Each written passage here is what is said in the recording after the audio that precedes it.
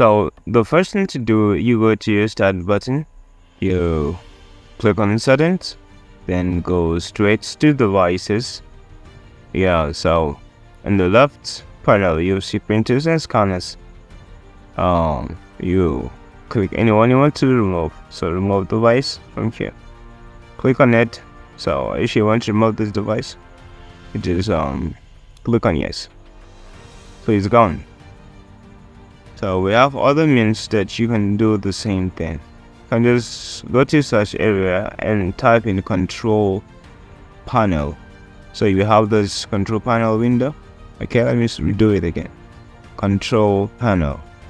Just click on it and check down. You will see add a device or view device and printers. So click on view devices and printers.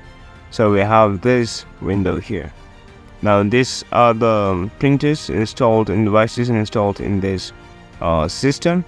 So this Kyocera is 565.2 CIKXX. So you can just click on there to remove the device from your system. So you just have to accept it by clicking on yes. And then like this device too, you can just remove the device from here, click on yes.